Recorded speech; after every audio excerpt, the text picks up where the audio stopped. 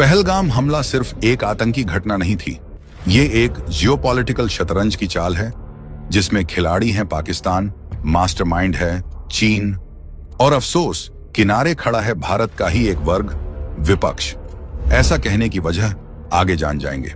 हमले के बाद वैसे तो सेना को फ्री हैंड दिया जा चुका है, दुनिया भर में पाकिस्तान पर डिप्लोमेटिक प्रेशर बनाया जा रहा है, तीनों सेनाएं अलर्ट पर हैं। लेकिन एक बात जो किसी को हजम नहीं हो रही है कि जो विपक्ष 2019 के स्ट्राइक के सबूत मांग रहा था, अब अचानक पाकिस्तान पर हमला करो जैसे बयान देने लगा है। शक इस पर नहीं कि पाकिस्तान दोषी है, शक इस पर है कि क्या यह हमला सिर्फ सीमा पार से आया था या इसमें कहीं भीतर से भी कोई इनविजिबल हैंड काम कर रहा है। अब जरा टाइमिंग समझिए।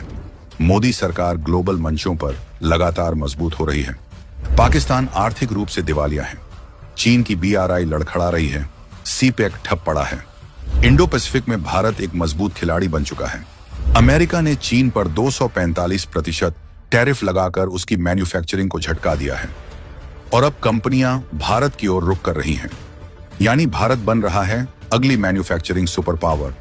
और यही बात चीन और पाकिस्तान को सबसे ज्यादा खटक रही है और शायद विपक्ष को भी। अब चीन अपने गिरते एजेंडे को सहारा देने के लिए पाकिस्तान का सहारा बना हुआ है और वैसे भी पाकिस्तान में अकेले इतनी हिम्मत नहीं कि वो भारत पर हमला करे, खासकर तब जब भारत में मोदी सरकार हो। मकसद साफ है, भारत को युद्ध में उलझाना, क्योंकि युद्ध का मतलब है अस्थिरता, अस्थिरता का मतलब है निवेश रुकना।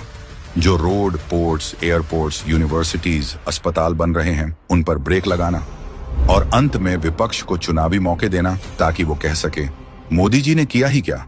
युद्ध में उलझते ही भारत का फोकस LAC से हटेगा और यहीं से चीन अपने खेल में आगे बढ़ेगा। ये सिर्फ हमला नहीं है, ये आर्थिक वॉर की शुरुआत है। विपक्ष को भी इसका पूरा अंदाजा है, फिर भी वो सरकार को युद्ध में धकेलने की भाषा बोल रहा है। क्यों?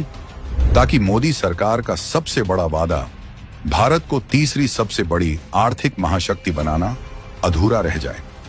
वो इस अधूरे वादे को चुनावी मुद्दा बना सके, यानी पूरा दबाव मोदी सरकार पर डालना है, चाहे इसके लिए देश को ही क्यों न दांव पर लगा देना पड़े। लेकिन उन्हें याद रखना चाहिए, ये वही सरकार है जिसने उरी के बाद सर्जिकल स्ट्राइक की, पुलवामा के बाद एयर स्ट्राइक की और हर बार जमीन पर जवाब दिया, बिना हो हल्ले के, बिना राजनीति के। भारत बदला जरूर लेगा, लेकिन अपनी मर्जी से, अपनी टाइमिंग पर और अपने मैदान पर। यह युद्ध का शंखनाद नहीं है, ये चुपचाप फतह की तैयारी है।